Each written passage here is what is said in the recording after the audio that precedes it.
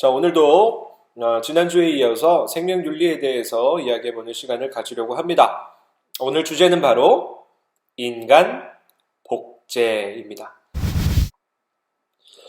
1997년 2월에 영국 로슬린 연구소의 윌머트 박사팀이 6년생 양의 체세포를 이용해서 동일한 유전자를 가진 양을 만들었다라고 발표를 했죠.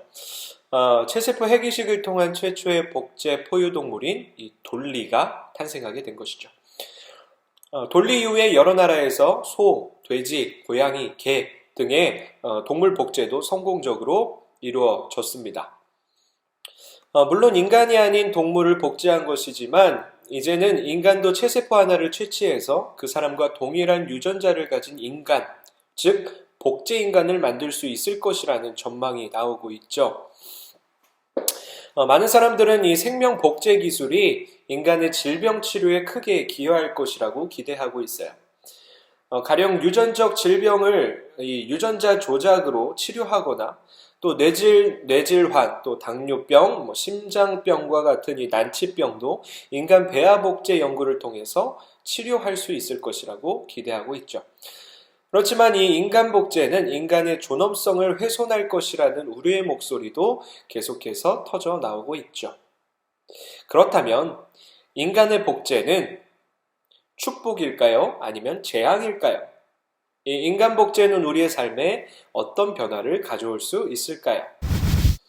자, 인간 복제를 논의하기 전에 이 복제의 방식에 대해서 한번 알아볼까요? 우리가 복제하면 무엇이 먼저 떠오르나요? 보통 나랑 똑같이 생긴 사람이 갑자기 짠 하고 나타나는 것을 상상하죠. 안정선이랑 똑같은 사람이 갑자기 짠 하고 내 앞에 나타났어. 오호, 자식 잘생겼는데 나 대신 출근 한번 해라. 이런 재밌는 상상과 함께, 그런데 여기서 말하는 복제는 이 체세포 핵이식 기술을 이용한 생명 복제를 의미하죠. 그래서 자신과 유전자가 동일한 개체를 만드는 것을 이야기해요. 인간이든 동물이든 이러한 복제 기술을 통해서 태어나게 되면 원래의 개체와 똑같은 유전자를 가졌지만 겉으로는 나와 똑같은 모습이 아닌 아기의 모습을 하고 있겠죠. 체세포 핵이식을 통한 복제에 대해서 조금 더 설명해 볼까요? 먼저 개체의 몸에서 신체 조직을 채취하고 체세포를 분리합니다. 그 체세포에서 또 핵을 빼죠. 그리고 이것을 핵이 제거된 난자에다가 이식해요. 체세포 핵으로 이 치환된 난자에다가 또 전기적, 화학적 자극을 가하면 마치 수정란처럼 발생을 시작하죠. 인간 복제는 그 결과에 따라서 인간 배아 복제와 인간 개체 복제로 나눌 수 있죠. 인간 배아 복제는 여성의 자궁에 착상시키기 전까지의 인간 배아를 복제하는 것이고, 또 인간 개체 복제는 그 배아를 자궁에 착상시켜서 인간 개체가 태어나도록 하는 거예요. 조금 더 구체적으로 설명해 볼까요? 인간 배아 복제는 체세포 핵이식으로 인간 배아를 만들어내는 것을 이야기하죠.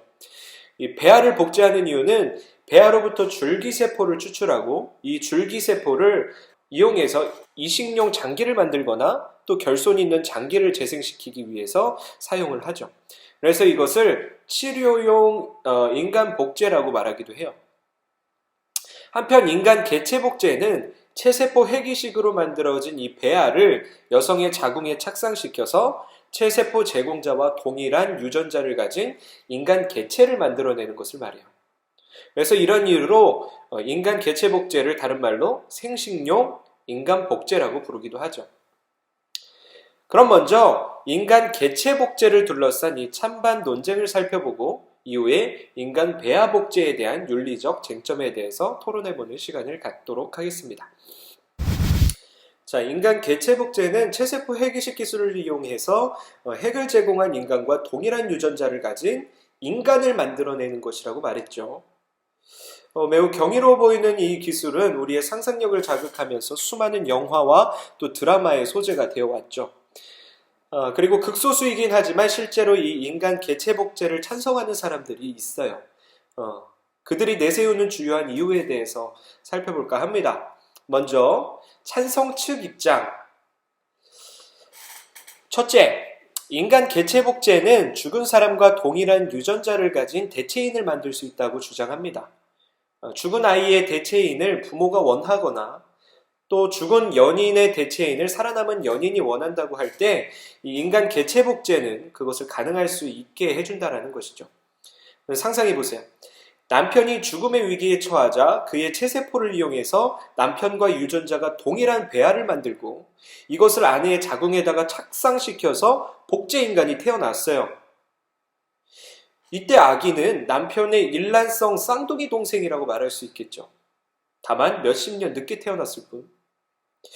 하지만 복제된 사람은 이 DNA만 같을 뿐 죽은 사람이 다시 태어난 것은 아니잖아요.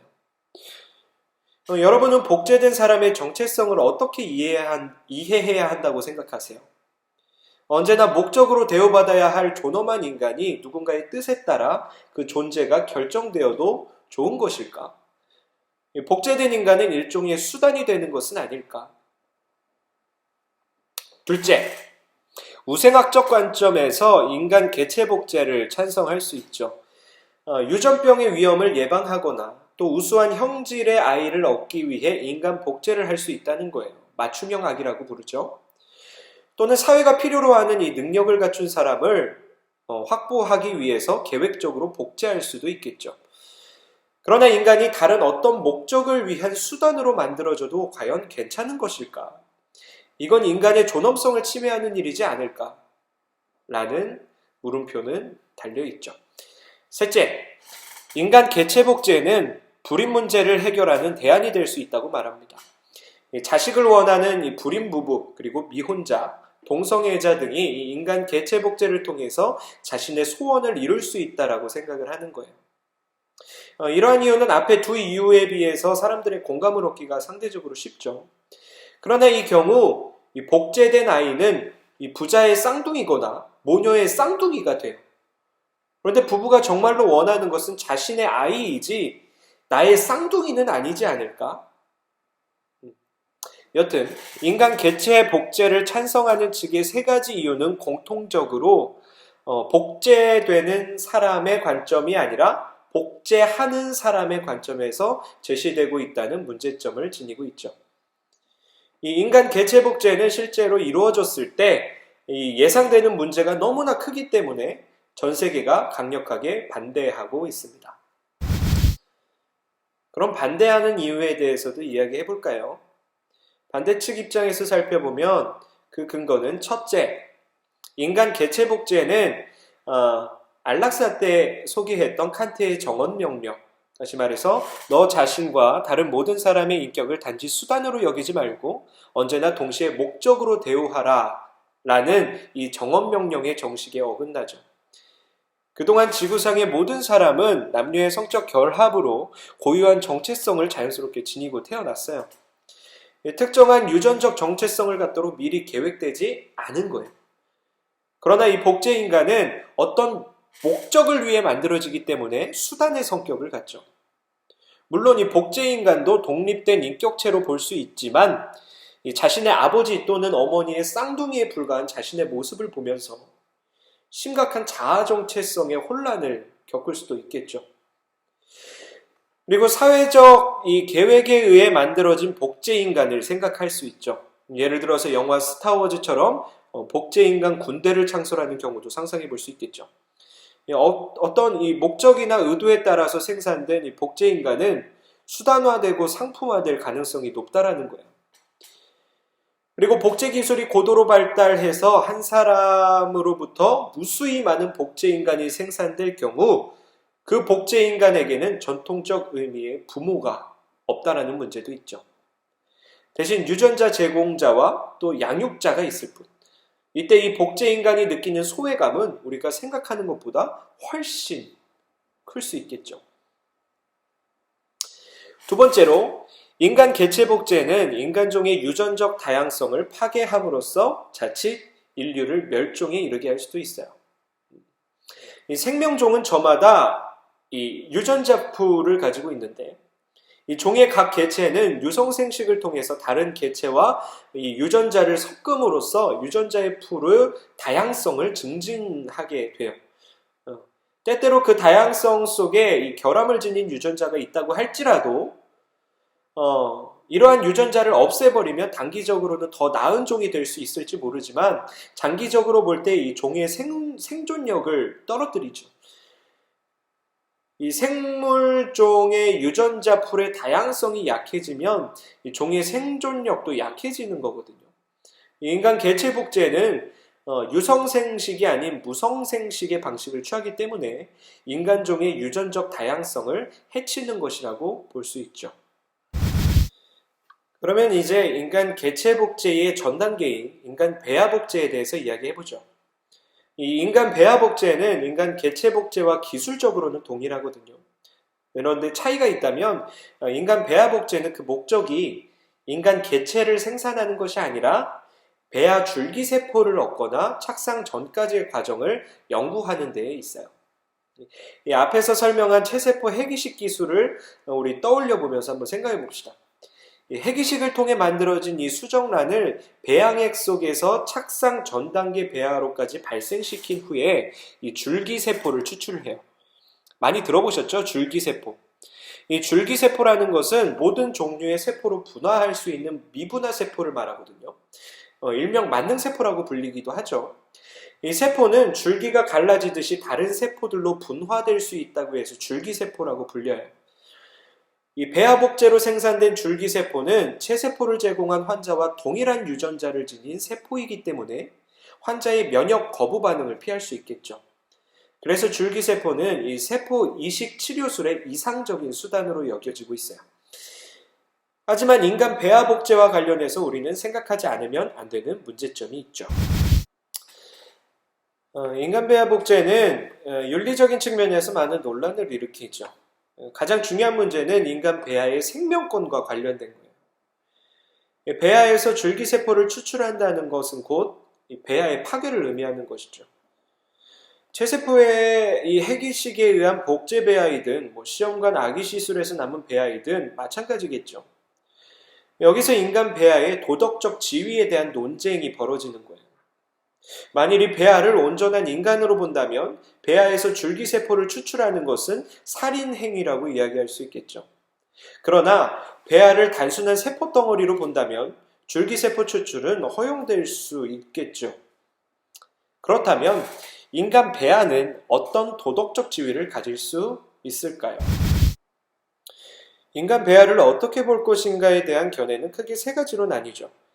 지난주에 낙태에 대해서 이야기할 때 읽어볼 거리로 제가 올려놨었는데 다시 한번 짚어보고 갑시다. 첫째로 인간 배아는 완전한 인간의 지위를 갖는다고 보는 견해예요. 자궁에 착상되기 이전의 인간 배아도 사람과 동등한 존재라는 거죠. 이 견해에 따르면 인간 배아 연구는 전면 금지되는 게 타당하죠. 둘째로 인간 배아는 단순한 세포덩어리에 불과하다고 보는 견해예요. 이 견해에 의하면 배아는 과학적 실험에 사용될 수 있고 또 이 과정에서 파괴가 된다고 하더라도 윤리적인 문제가 발생하지 않는 것이죠. 셋째로 인간 배아를 잠재적 인간으로 보는 견해예요.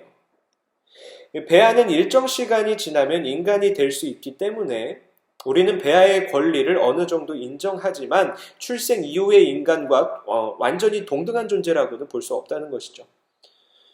이 세 가지 견해 중에 현실적으로 가장 다수의 지지를 받고 있는 것이 이 세 번째 견해예요. 우리나라의 생명윤리 및 안전에 관한 법률도 대체로 이 견해를 받아들이고 있는 것으로 보여지죠. 그리고 이 견해는 배아가 수정 후 14일이 지나서 척추와 뇌로 발전한다고 알려진 원시선, 이 원시선이 출현하는 시점 직전까지는 인간 개체라고 보기보다는 세포덩어리라고 할 수 있기 때문에 이 단계의 배아는 연구 대상으로 삼을 수 있다고 봐왔던 것이 전통적인 입장이었죠. 그런데 이 견해가 충분한 설득력을 지닌다고 볼 수는 없어요. 왜냐하면 이 배아가 인간 생명의 초기 형태라고 보는 것은 부정할 수 없는 사실이기 때문이죠. 더욱이 2002년에 한 학자가 네이처지에다가 게재한 논문을 통해서 그동안에 이 원시선이 출현한 이후에야 결정된다고 보았던 현상들이 실제로는 난자와 정자에 수정된 이 24시간 이내에 결정된다라는 것을 새롭게 밝혀냈죠. 다시 말해서 수정 후 14일 이후에야 인간 배아가 하나의 독립된 생명체처럼 기능을 발휘할 것이라는 견해가 그 근거를 잃게 되었다라고 볼 수 있는 것이죠. 앞에서 살펴본 것처럼 인간 복제는 윤리적 측면에서 참 많은 문제점을 지니고 있습니다. 어떤 사람은 인류의 불치병과 난치병을 고치기 위해서 인간 배아 복제 연구가 허용되어야 하고 그 과정에서 인간 배아가 희생되는 것은 어쩔 수 없다라고 주장을 하는 사람들도 있죠. 그러나 인간의 생명을 구하기 위해 다른 무고한 인간의 희생이 불가피하다고 보는 것이 옳은 것인가? 그리고 그것은 인간을 수단화하는 일이며 인간의 존엄성이 위배되는 일은 아닌가 하는 물음은 지속적으로 달려있죠. 최근에야 인간 배아 복제의 윤리적인 문제를 피하기 위해서 난자나 수정란을 사용하지 않는 줄기세포 연구가 활발히 이루어지고 있거든요. 가령 탯줄 혈액이나 성체의 골수 등에서 추출한 이 성체 줄기세포나 이 성체의 체세포에 따른 유전자나 특정 단백질을 넣어서 만든 역분화 줄기세포를 치료에 이용하려고 하는 연구도 활발하게 이루어지고 있죠. 하나의 대체 의학으로 발생할 수도 있을 것 같아요. 많은 이야기를 나눠봤죠. 그럼 이제 여러분의 생각을 정리해 보셔야 할 때입니다. 두 가지에 대해서 나눠봤어요. 첫 번째는 인간 배아 복제에 대해서, 그리고 두 번째는 인간 개체 복제에 대해서. 인간 배아 복제에 대해서는 아마 지난 시간 이 낙태에 대한 윤리적 문제와 동일선상에 있지 않을까 싶어서 오늘은 인간 개체 복제에 대한 찬반 의견을 나눠 이야기해봤으면 좋겠습니다. 어려운 문제이지만 여러분의 각자의 의견을 작성해서 제출해 주시면 제가 읽고 관련하여 피드백하고 수업 마치도록 하겠습니다.